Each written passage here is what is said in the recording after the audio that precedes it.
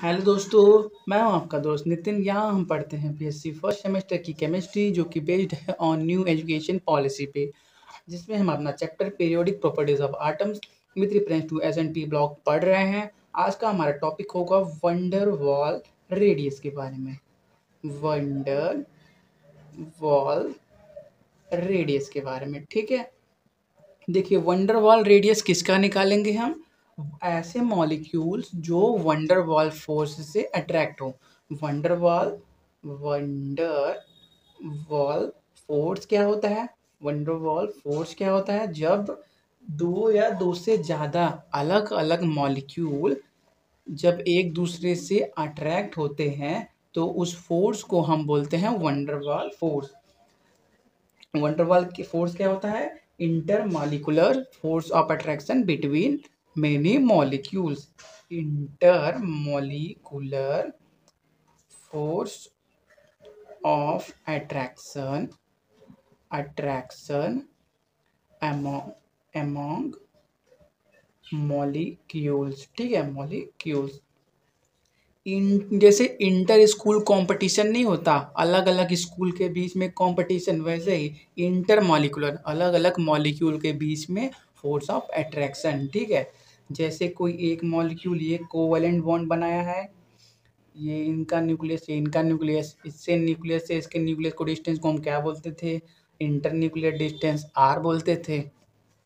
एक कोई और मॉलिक्यूल है, वो भी कोवैलेंट बॉन्ड बनाया है, इसका न्यूक्लियस इसके न्यूक्लियस से इसके न्यूक्लियस के डिस्टेंस को हम क्या बोलते थे? आर बोलते थे, इंटर न्यूक्लियर डिस्टेंस। तो वंडर वॉल जो साइंटिस्ट थे उन्होंने ये बताया कि जो नेबर आसपास वाले आटम होंगे, आप क्या करिए, उनका डिस्टेंस सपोज एक्स मान लीजिए, जब आप x/2 करेंगे तो वो आपका वंडर वॉल रेडियस के बराबर होगा, ठीक है। इन्होंने क्या कहा कि जो अगल बगल मॉलिक्यूल हो, इनका इनका नहीं, अगल बगल कौन है? ये दो अलग अलग मॉलिक्यूल के जो अगल बगल वाले आटम्स हैं, ये मॉलिक्यूल दूसरा है, ये मॉलिक्यूल दूसरा है। इन्होंने क्या किया, दो अलग अलग मॉलिक्यूल के जो अगल बगल आटम्स हैं, ये भी एक आटम होगा, ये भी आटम होगा, अकेला, ये अकेला अकेला, सपोज कर लो ABCD, ठीक है।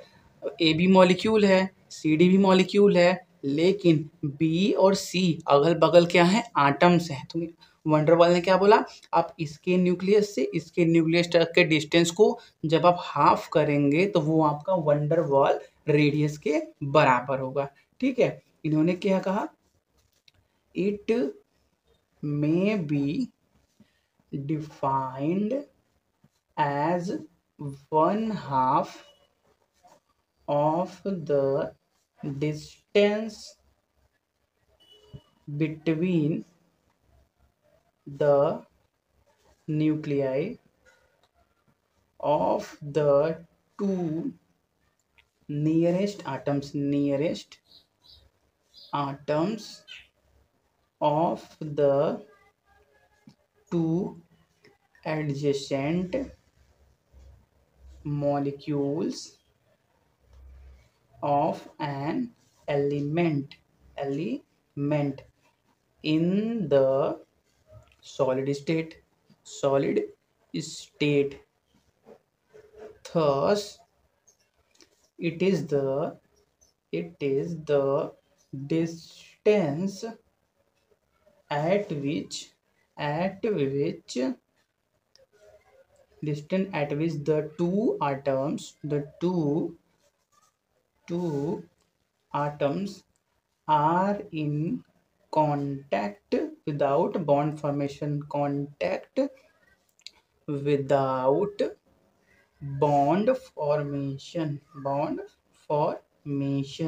वंडरवॉल रेडियस को कैसे बताया गया? It may be defined as one half of the distance between nuclei of two nearest atom of two adjacent molecule of an element in solid state. देखो, कोई भी एलिमेंट का सैंपल लोगे तो वो अपने सॉलिड स्टेट में ही ना होगा। तो इन्होंने क्या कहा, दो अलग अलग मॉलिक्यूल के distance between nuclei of two nearest atom. Nearest atom कौन है? ये, इनके न्यूक्लियाई का distance atoms of two adjacent molecule. Adjacent का मतलब अगल बगल वाले मॉलिक्यूल यार, ऐसा थोड़ी है कोई और मॉलिक्यूल होगा तो आप इसका और उसका नापोगे। वंडरवाल ने ये बोला कि वंडरवाल रेडियस किसके बराबर होगा, the distance between nuclei of two nearest atom, the nearest atoms of the two adjacent molecule, अगल बगल वाले molecule of an element in the solid state. और वन हाफ बोलना मत भाई, आधा, one half of the distance between the nuclei of the two nearest atom. ठीक है, क्लियर हो गया सॉलिड स्टेट तक। Thus it is the distance at which the two atoms are in contact without bond formation. देखो इनके बीच कोई bond नहीं बना है, ये मॉलिक्यूल अलग बॉन्ड बनाया है, ये मॉलिक्यूल अपना अलग बॉन्ड बनाया है, ए बी एक अलग मॉलिक्यूल है, सी डी अलग मॉलिक्यूल है। हमने सिर्फ इमेजिनरी सोचा है कि यहाँ से यहाँ तक का डिस्टेंस, इनके बीच कोई बॉन्ड नहीं बना है। क्या बोल रहा है, thus it is the distance at which the two atoms are in contact without bond formation. Contact मतलब किसी फोर्स ऑफ अट्रैक्शन से रुके हुए होंगे दो मॉलिक्यूल, ठीक है, बिना एक दूसरे के साथ बॉन्ड बनाए किसी एक पार्टिकुलर डिस्टेंस पे रुके होंगे किसी फोर्स की वजह से। उस फोर्स को क्या बोला गया, वंडरवाल फोर्स। ठीक है, तो और जब उस डिस्टेंस को हम हाफ कर देंगे तो हमको मिल जाएगा वंडरवाल रेडियस। ठीक है, जैसे एग्जांपल के लिए लीजिए, एक क्लोरीन का मॉलिक्यूल है, ये क्लोरीन, ठीक है, और एक और क्लोरीन का मॉलिक्यूल है, ये क्लोरीन, ठीक है। तो या इसके और इसके इन दोनों atoms, nuclei of two nearest atom, इस न्यूक्लियाई और यू न्यूक्लियाई नियरेस्ट आटम है, तो इनके बीच का डिस्टेंस आपको दिया है 3.60 एंगस्ट्रॉन। एंगस्ट्रॉन का मतलब मालूम है ना, एंगस्ट्रॉन का मतलब 10⁻⁻10 मीटर होता है, 1 एंगस्ट्रॉन में 10⁻⁻10 मीटर होता है। ठीक है, सिर्फ एक यूनिट है यार और कुछ नहीं।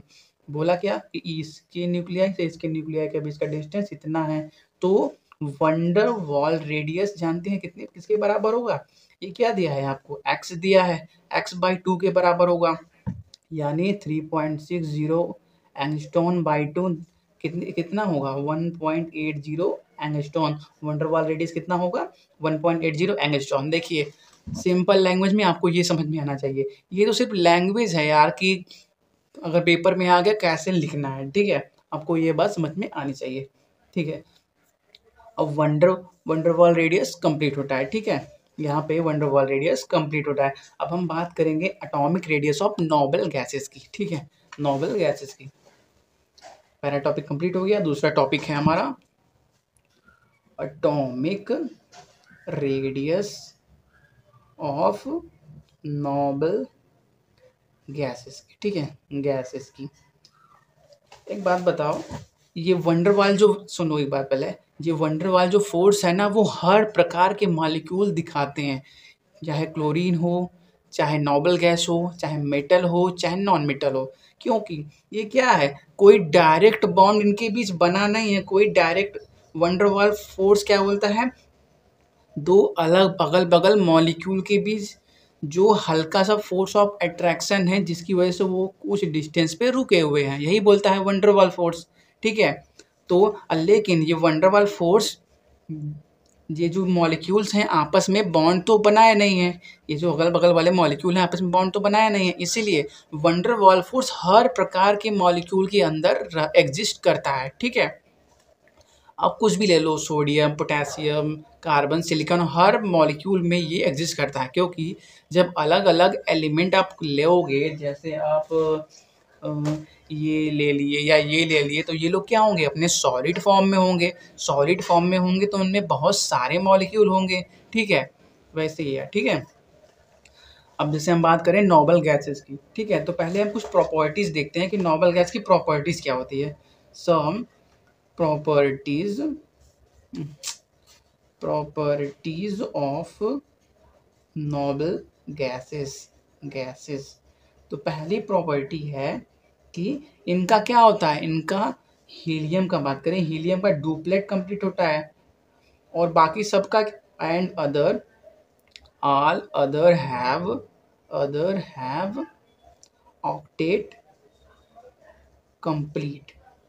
हीलियम में 2 इलेक्ट्रॉन मैक्सिमम आ सकते हैं तो उसका डुप्लेट कंप्लीट होता है, और बाकी सबका ऑक्टेट कंप्लीट होता है। ऑक्टेट का मतलब आउटर मोस्ट शेल में सबके 8 इलेक्ट्रॉन होते हैं, ठीक है। जिसकी वजह से क्या होता है, ये स्टेबल इलेक्ट्रॉनिक कन्फिग्रेशन शो करते हैं। ये सब क्या है, स्टेबल इलेक्ट्रॉनिक कन्फिग्रेशन दिखाने वाले सबके आउटर मोस्ट शेल में क्या है, 8 इलेक्ट्रॉन है। जिसकी वजह से क्या करते हैं, शो स्टेबल इलेक्ट्रॉनिक कन्फिगुरेशन। एक सेकेंड, ठीक है। और इनके बारे में सबसे पॉपुलर चीज़ क्या है कि ये क्या होते हैं, नॉन रिएक्टिव का मतलब ये सब क्या होते हैं, इनर्ट होते हैं, किसी के साथ बॉन्ड फॉर्म नहीं करते, ये क्या होते हैं, इनर्ट होते हैं। और चौथा पॉइंट, ये सब हमेशा अकेले पाए जाते हैं, मोनोवैलेंट हमेशा पाए जाते हैं। They exist in monovalent form. क्या लिख रहे हो यार, मोनोवैलेंट फॉर्म में, ठीक है। देखो मोनोवैलेंट का मतलब होता है ना सिंगल फॉर्म में। जैसे आपको मालूम है नाइट्रोजन नेचर में कैसे पाया जाता है, N2 के फॉर्म में। ऑक्सीजन कैसे पाया जाता है, O2 के फॉर्म में, ऐसे पाया जाता है। क्लोरीन भी Cl2 के फॉर्म में पाया जाता है। Cl कभी भी अकेला पाया नहीं जाता, हमेशा ये सब क्या है, गैस है ना यार, इसलिए हमेशा बॉन्ड बना के फॉर्म होते हैं। और दूसरा रीज़न ये भी है क्योंकि इनका ऑक्टेट कंप्लीट नहीं होता, ये लोग अपने साथ ही बॉन्ड बना के अपना ऑक्टेट कंप्लीट करते हैं। नाइट्रोजन क्या करता है, अपने साथ ही ट्रिपल बॉन्ड बनाता है। ऑक्सीजन क्या करता है, ऑक्सीजन अपने साथ ही क्या करता है, डबल बॉन्ड बनाता है। क्यों करता है, अपना ऑक्टेट कंप्लीट करने के लिए। लेकिन इनका क्या है, पहले से ही ऑक्टेट कंप्लीट है, हीलियम का डुप्लेट कंप्लीट है, तो क्या होगा, अरे यार डुप्लेट से कंफ्यूज तो नहीं होना यार, इसमें मैक्सिमम 2 ही इलेक्ट्रॉन भर सकते हैं, तो जिसमें मैक्सिमम 2 इलेक्ट्रॉन भराते हैं उसको डुप्लेट बोलते हैं, और जिसमें मैक्सिमम 8 इलेक्ट्रॉन भरा सकते हैं आउटर सेल में उसको ऑक्टेट बोलते हैं। सिंपल ना। एक क्या होते हैं, इसलिए हमेशा मोनोवैलेंट फॉर्म में पाए जाते हैं। हमेशा आपको ऐसे हीलियम ऐसा ही मिलेगा नेचुरल में, आर्गन ऐसे ही मिलेगा, क्रिप्टॉन ऐसे ही मिलेगा, नियॉन ऐसे ही मिलेगा। आपको कभी ऐसा नहीं मिलेगा कि He2 फॉर्म में मिल रहा है, ठीक है। ऐसा मॉलिक्यूल एग्जिस्ट ही नहीं करता, नेचर में कभी पाया ही नहीं जाता, ठीक है। तो आप एक पॉइंट लिखिए, due to their tendency to not lose not gain or not share electrons with other elements, therefore they do not form any kind of bond, they do not form bonds, ठीक है। ना ही ये ionic bond बनाते हैं, ना covalent बनाते हैं, ना ही बेटा हाँ आयनिक कोवेलेंट, ठीक है। से आयनिक क्या होता है, डोनेटिंग एक्सेप्टिंग से, कोवेलेंट क्या होता है, शेयरिंग से। ना ही डोनेट करते हैं, ना ही एक्सेप्ट करते हैं। क्यों करेंगे यार, जब इनके पास पूरा सेल में इलेक्ट्रॉन कंप्लीट भरा हुआ है, तो ये क्यों किसी को देंगे, क्यों किसी से लेंगे, क्यों किसी के साथ शेयर करेंगे। शेयर डोनेट एक्सेप्ट वही करता है ना जिनके पास इलेक्ट्रॉन की कमी हो। इनके पास पहले से ही जब भरे हुए हैं तो ये क्या करते हैं, किसी के साथ बॉन्ड फॉर्मेशन नहीं करते हैं। तो क्वेश्चन ये आता है कि ये लोग साथ में रहते, जैसे हीलियम का आपने एक सैंपल लिया, ठीक है, तो हीलियम के मॉलिक्यूल आपस में साथ साथ रहते हैं, क्या करते हैं, आपस में साथ साथ रहते हैं। तो क्वेश्चन आता है कि क्यों ये साथ साथ रहते हैं। तो आप लिखिए, the only force which keeps them together is van der Waals force, ठीक है। वंडरवॉल सिर्फ यही रीज़न है जिसकी वजह से नोबल गैस अपने एक स्टेट में रहते हैं, अपने एक मान लो एक वैसे तो ये गैस फॉर्म में होता है, लेकिन गैस को भी तो कुछ फोर्स चाहिए जिससे वो अपने मॉलिक्यूल के आसपास ही रहें, सब एक दूसरे के आसपास ही रहें। जैसे इसका सैंपल लो तो जैसे 1 लीटर हीलियम लिए तो कुछ फोर्स होना चाहिए जो हीलियम के गैस को आपस में थोड़ा बहुत तो चिपकाया रहे, नहीं तो वो तो उड़ जाएंगे सब। ठीक है, इसीलिए van der Waals force is only force which keep them together, किसको, नोबल गैस को साथ में रहने के। ठीक है, और एक इस एग्जांपल से देखें ना आप कि 6Cl वंडर ये क्या था, कोवेलेंट रेडियस ये कहलाएगा। कोवेलेंट रेडियस क्या कहलाएगा, ये R/2 कोवेलेंट रेडियस कहलाएगा। और हमने क्या देखा कि ये क्या था, ये वंडरवाल रेडियस था, वंडरवाल रेडियस था। देखो, कोवेलेंट रेडियस छोटा होता है। कोवेलेंट रेडियस किसका निकालेंगे, हम सिर्फ इसका निकालेंगे। इसका निकालेंगे, कैसे निकालेंगे, इनका इंटरन्यूक्लियर डिस्टेंस को बाय 2 करेंगे तो एक का निकल जाएगा, उसको हम कोवेलेंट रेडियस बोलते हैं।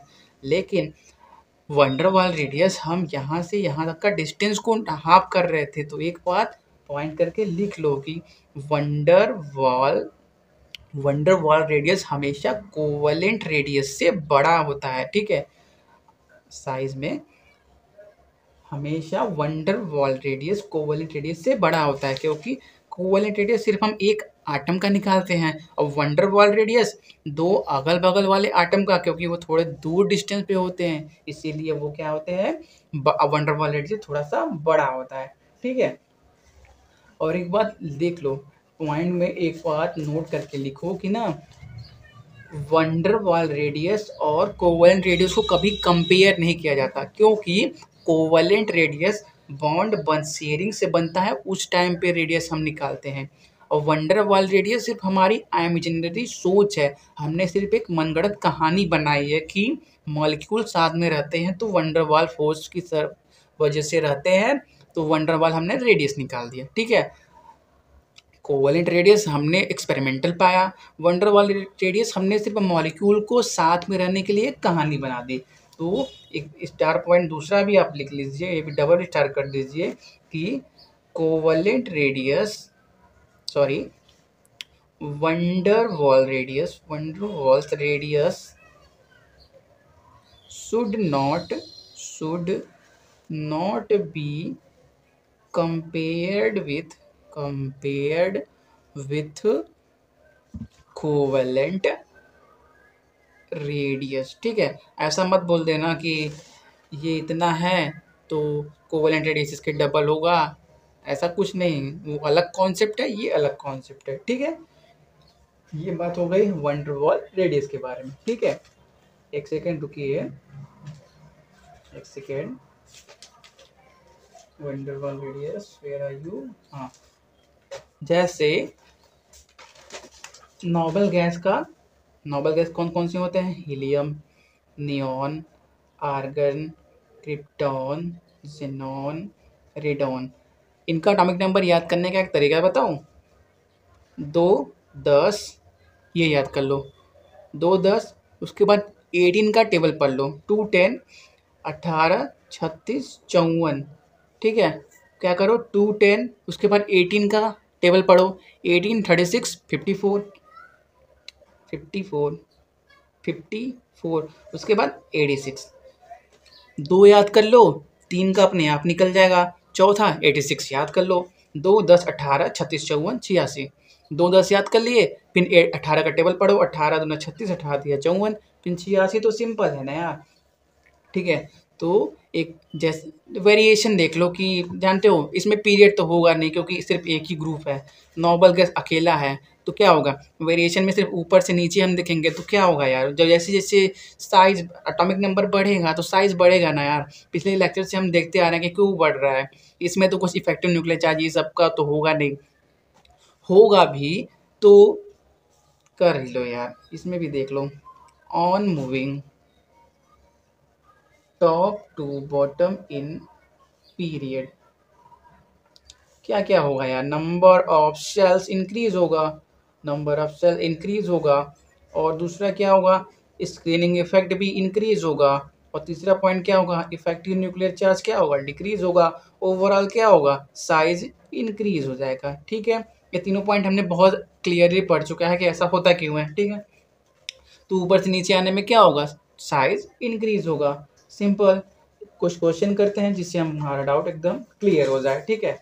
और एक बात नोट करके देख लो ना, जनरली लेफ्ट से राइट आने में साइज डिक्रीज होता है, सबको मालूम है, लेकिन अपने अपने पीरियड में नोबल गैसेस का साइज सबसे बड़ा होता है। क्यों बड़ा होता है, क्योंकि ये सब मोनोवैलेंट फॉर्म में पाए जाते हैं, ठीक है। और ये सब क्या होते हैं, किसी के साथ बॉन्ड बनाते हैं, और ये मोनोवैलेंट फॉर्म में नहीं पाए जाते, हमेशा डायटोमिक ट्राइटोमिक ऐसे फॉर्म में पाए जाते हैं। जैसे नाइट्रोजन डायटोमिक N2 के फॉर्म में पाया जाता है, ऑक्सीजन भी डायटोमिक N2 के O2 के फॉर्म में पाया जाता है, ठीक है। इसीलिए लेफ्ट से राइट आने में साइज क्या होती है, साइज का मतलब हमारा किससे है, रेडियस से। रेडियस क्या होता है, डिक्रीज होता है। लेकिन अपने अपने पीरियड में, जैसे सेकेंड पीरियड का बात करें तो लेफ्ट से राइट आने पे क्या होता है, डिक्रीज होता है। लेकिन नियॉन का रेडियस सबसे बड़ा होगा सेकेंड पीरियड में। जैसे आप एक क्वेश्चन देखिए कि नियॉन, फ्लोरीन, ऑक्सीजन, नाइट्रोजन में सबसे बड़ा साइज किसका होगा। देखो, फ्लोरीन है, ऑक्सीजन है, नाइट्रोजन है, नियॉन है। जनरली आपने क्या पढ़ा है कि यहाँ उधर से आने, लेफ्ट से राइट आने पे क्या होता है, साइज डिक्रीज होती है। तो आप क्या बोलोगे, नियॉन सबसे राइट में है, इसका साइज सबसे छोटा होगा। नहीं, यहीं पे एक्सेप्शन आ जाता है कि नोबल गैस हमेशा मोनोवैलेंट फॉर्म में पाए जाते हैं। मोनोवैलेंट का मतलब हमेशा अकेले अकेले पाए जाते हैं। Noble gas are monoatomic, noble gases are monoatomic, ठीक है। और उसके बाद और जितने भी हैं, फ्लोरीन F2 के फॉर्म में नेचर में पाया जाता है। यफ हमेशा यफ हमेशा क्या होता है, एग्जिस्ट नहीं करता, क्योंकि वो अनस्टेबल है। यफ की आउटर मोस्ट शेल में 2,5 एटॉमिक नंबर 9 होता है, फ्लोरीन का 2,7 इलेक्ट्रॉन है ना, एक इलेक्ट्रॉन कम है। तो वो क्या करता है, दूसरे यफ यफ यफ क्या करते हैं, कोवेलेंट बॉन्ड बनाते हैं, ठीक है। और लेकिन जब कोवेलेंट बॉन्ड बनाते हैं तो थोड़ा सा उनका रेडियस कम होता है। लेकिन नोबल गैस क्या है, मोनोटॉमिक है, हमेशा ऐसे ही पाए जाते हैं, इस किसी के साथ ये बॉन्ड नहीं बनाते हैं। जब ये नोबल गैस क्या है, मोनोटॉमिक है, तो इनका दियर नॉन बॉन्डेड किसी के साथ बॉन्ड नहीं बनाने की वजह से रेडाई आर वेरी हाई, ठीक है। अरे यार, जब दो लोग बॉन्ड बनाएंगे तो एक दूसरे से किसी फोर्स ऑफ अट्रैक्शन से बनाएंगे ना, तो फोर्स ऑफ अट्रैक्शन से पास आएंगे तो उनका रेडियस थोड़ा सा कम हो जाएगा। लेकिन जब नॉर्मल गैस किसी के साथ बॉन्ड ही नहीं बनाते तो उनका कम क्यों होगा, ठीक है। तो क्या है, नियॉन का हाईएस्ट है, हाईएस्ट, ठीक है, नियॉन का इन सब में हाईएस्ट है। वैसे जैसे थर्ड पीरियड का बात करो तो आर्गन का सबसे ज़्यादा है इन सब में। फोर्थ पीरियड का बात करो तो क्रिप्टॉन का सबसे ज़्यादा रेडियस है इन सब में, ठीक है। जैसे नियॉन का साइज है, जो डाटा बुक में दिया गया है वो बता रहा हूँ, 1.60 पिकोमीटर। फ्लोरीन का होता है 64 पिकोमीटर, ऑक्सीजन का होता है 66 पिकोमीटर, और नाइट्रोजन का होता है 70 पिकोमीटर, ठीक है। एक सेकेंड, देखिए, नाइट्रोजन, ऑक्सीजन, फ्लोरीन में हमने जैसा ट्रेंड पढ़ा था वैसा ही लग रहा है। फ्लोरीन यहाँ पे है तो उसका साइज सबसे कम है, 64 पिकोमीटर है। ऑक्सीजन यहाँ पे है तो उसका 66 है। नाइट्रोजन सबसे लेफ्ट में है तो क्या है, उसका साइज इन तीनों में 70 पिकोमीटर है, ठीक है। हमारा ट्रेंड सही है ना, जो हमने पहले पढ़ा था कि लेफ्ट से राइट आने पे साइज डिक्रीज होती है। सबसे लेफ्ट नाइट्रोजन है, उसका 70 पिकोमीटर, ऑक्सीजन का 66, नाइट्रोजन का सॉरी फ्लोरीन का 64 पिकोमीटर। बस एक्सेप्शन यही है कि नोबल गैस का अपने अपने पीरियड में सबसे ज़्यादा होता है। 1.60 एंगल, सॉरी यार, 1.6 नहीं 160 है, गलत हो गया, 160 पिकोमीटर, ठीक है, सॉरी। पहला क्वेश्चन क्लियर हो गया। दूसरा क्वेश्चन देख लीजिए कि aluminium, phosphorus, silicon, chlorine, sulphur, argon में से सबसे बड़ा साइज किसका होगा, ठीक है। देखिए ये सब कहाँ पे है, एल्युमिनियम है, silicon, phosphorus, sulphur, chlorine, organ, ये सब थर्ड पीरियड के एलिमेंट हैं। तो जनरली क्या होता है, लेफ्ट से राइट जाने पे साइज डिक्रीज होती है, ठीक है, साइज क्या होती है, डिक्रीज होती है। लेकिन हमने एक्सेप्शन देखा कि नोबल गैस का अपने अपने पीरियड में सबसे ज़्यादा होता है, ठीक है। तो अगर हम ऑर्डर लगाएं डिक्रीजिंग ऑर्डर, कि सबसे बड़े से छोटे की तरफ में डिक्रीजिंग ऑर्डर हम लगाएं, अगर डिक्रीजिंग ऑर्डर लगाएं तो सबसे बड़ा किसका होगा, सबसे बड़ा होगा आर्गन का, उसका साइज होता है 190 पिकोमीटर, ठीक है। उसके बाद किसका आएगा, सबसे बड़ा का बात कर रहे हैं ना, सबसे बड़ा नोबल गैस का आ गया। उसके बाद इन सब में तो जनरली हमारा जो ट्रेंड है वही फॉलो होगा, लेफ्ट से राइट आने पर डिक्रीज होगा। तो सबसे बड़ा इन पांचों में किसका होगा, इसका होगा, फिर इसका, फिर इसका, फिर इसका, फिर इसका, क्लोरीन का सबसे छोटा होगा, फिर